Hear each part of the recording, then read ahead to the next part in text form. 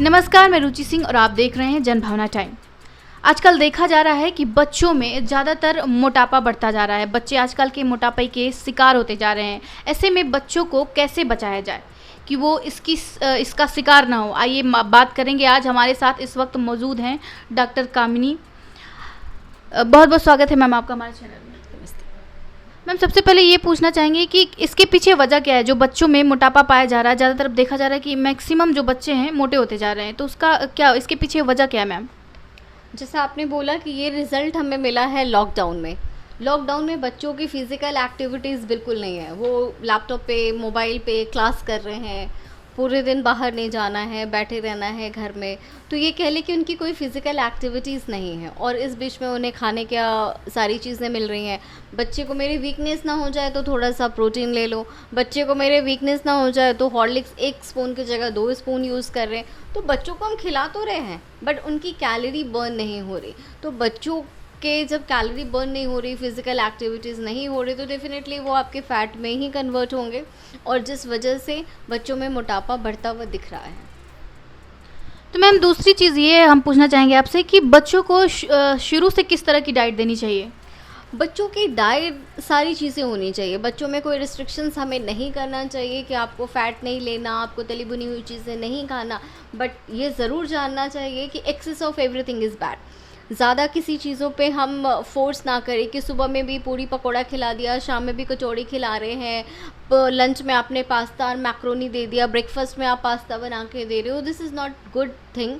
और ऐसा भी नहीं है कि मेरा बच्चा तो पतला दुबला है, ये खा सकता है। ऐसा नहीं है कि पतले लोगों को प्रॉब्लम नहीं होती और उनके बॉडी में फ़ैट डिपोजिशंस नहीं होते, वो आपके लीवर पे भी इफ़ेक्ट कर सकते हैं। तो हमें एक बैलेंस डाइट के साथ जाना चाहिए। बच्चों में घी तेल का इस्तेमाल उतनी ही करनी चाहिए जितनी उनकी रिक्वायरमेंट हो। उनके शरीर के अकॉर्डिंग ना जाए कि वो पतले हैं तो वो ज़्यादा खा सकते हैं, वो बल्की हैं तो कम खाएंगे। ये चीज़ें नहीं होनी चाहिए। चीज़ें ऐसी रखनी चाहिए कि अगर उनका वज़न ज़्यादा बढ़ रहा है तो उनकी रिस्ट्रिक्शन ना करके मॉडिफिकेशंस करेंगे कि ऐसा नहीं है कि आपको घी नहीं खाना बेटा, आपको हम सूखी रोटी खिलाएंगे, आपको तेल नहीं खाना। सारी चीज़ें खाएंगे बट एक लिमिटेड अमाउंट में खाएंगे। आपको 1 टीस्पून ही घी का इस्तेमाल करना है पूरे दिन में। आपको हरे पत्तेदार सब्जियां अपनी डाइट में इंक्लूड करनी है, फल भी खाने हैं और दूध दही भी लेना है। तो रिस्ट्रिक्शन ना करके डाइट मॉडिफिकेशंस करेंगे एंड फिज़िकल एक्टिविटीज़ बढ़ाएंगे बच्चों के। मैम, बहुत ज़्यादातर देखा जाता है कि बच्चे मोटे होते हैं लेकिन खाना ज़्यादा नहीं खाते हैं, तो मतलब ये किस तरह की चीज़ है मैम? कुछ चीज़ें ऐसी होती हैं कि ये जेनेटिक होते हैं कि चलो माँ पापा पहले से मोटे रहे हैं तो वो जेनेटिक आ गए बच्चों में, या कुछ चीज़ें ऐसी होती हैं कि उनके स्ट्रक्चर, शरीर की गठन ऐसे होते हैं कि कुछ भी खा लो तो वो खाना ज़्यादा डिपॉजिट होता है। तो इस केस में बच्चों के साथ कह सकते हैं कि उनकी मेटाबॉलिज्म अच्छी नहीं है या उन्होंने बहुत अच्छा फिज़िकल एक्टिविटीज़ नहीं किया, वो पूरे दिन बैठे रहते हैं इसलिए उनको खाना खाने का मन नहीं कर रहा कि चलो मुझे भूख नहीं है। क्यों भूख नहीं है? अभी तो चिप्स खाया था, अभी तो मैंने कोल्ड ड्रिंक ली थी। तो इन चीज़ों को हमें रिप्लेस करना होगा कि आप बीच बीच में बच्चों को एक बिस्किट का पैकेट पकड़ा देते हैं कि चलो बच्चा मेरा थोड़ा शांत रहेगा, अरे बहुत हल्ला कर रहा है एक चिप्स दे दो, अरे तुम्हें कोल्ड ड्रिंक चाहिए तो हाँ कोल्ड ड्रिंक लेके दे दिया। तो इन चीज़ों को हमें रिप्लेस करके नॉन कैलोरिक चीज़ों को इंक्लूड करना चाहिए। अगर बच्चे डिमांड कर रहे तो घर में ही आप नींबू पानी का शिकंजी बना के दे सकते हैं, आप बटर मिल्क का इस्तेमाल कर सकते हैं, आप चिप्स कुरकुरे की जगह फ्रूट्स बना के दें, रोस्टेड मखाना दें, रोस्टेड काला चना दें, मुरमुरा चाट दें।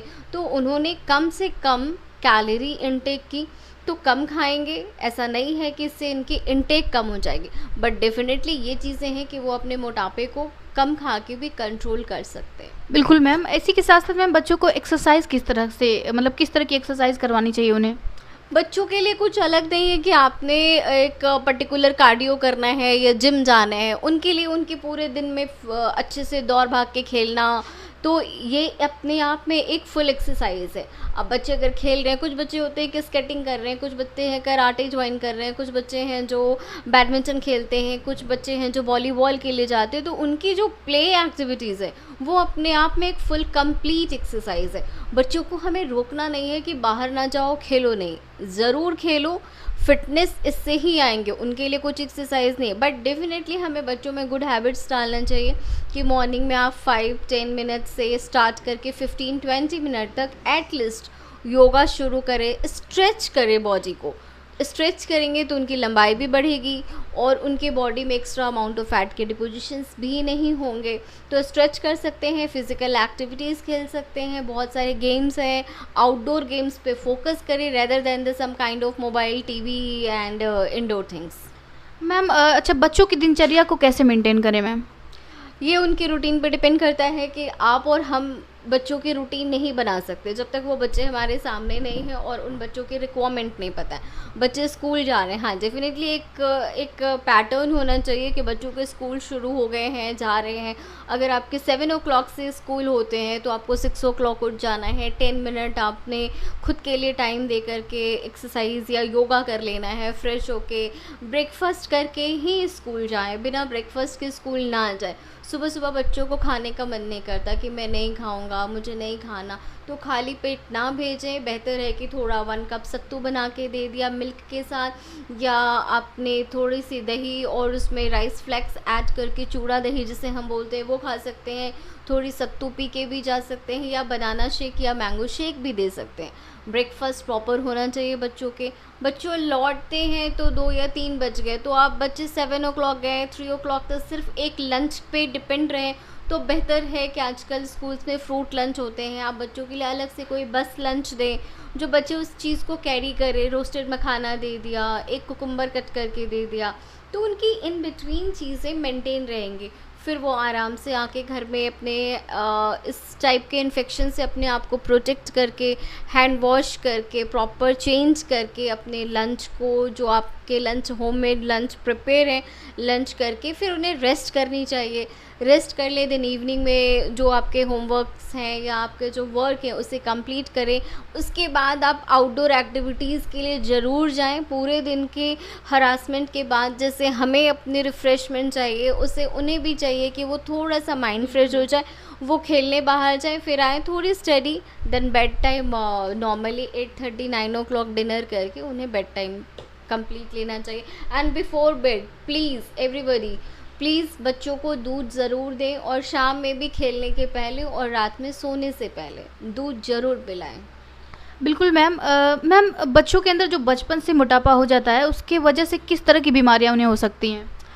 बीमारियां बच्चों में आजकल हर तरीके से, बच्चों के भी कोलेस्ट्रॉल बढ़े हुए आ रहे हैं, बच्चों को भी हार्ट की प्रॉब्लम आ रही है। आजकल बच्चों में हार्ट अटैक के भी सिम्टम्स आ रहे हैं, बच्चों में हो रहा है। तो ये बहुत सारे रीज़न हैं। तो इन चीज़ों से ये बहुत ही इम्पॉर्टेंट क्वेश्चन है, बात है कि बच्चों के लिए हमें 2-3 चीज़ों का ख्याल रखना चाहिए कि उन्हें कच्ची नींद से झटके से ना उठाएं। जल्दी उठो, ये वाली चीज़ें नहीं करनी है बच्चों के साथ। तो बच्चों को हमें बहुत ही कामली, प्यार से उठाना है कि उठ जाओ, तुम्हारा टाइम हो गया। अगर हमें पता है कि बच्चों का टाइम 6 o'clock है तो प्लीज़ हम खुद बिंग अ पेरेंट्स हमें 5:45 से ही लगना होगा, सो दैट वो लेट ना करें।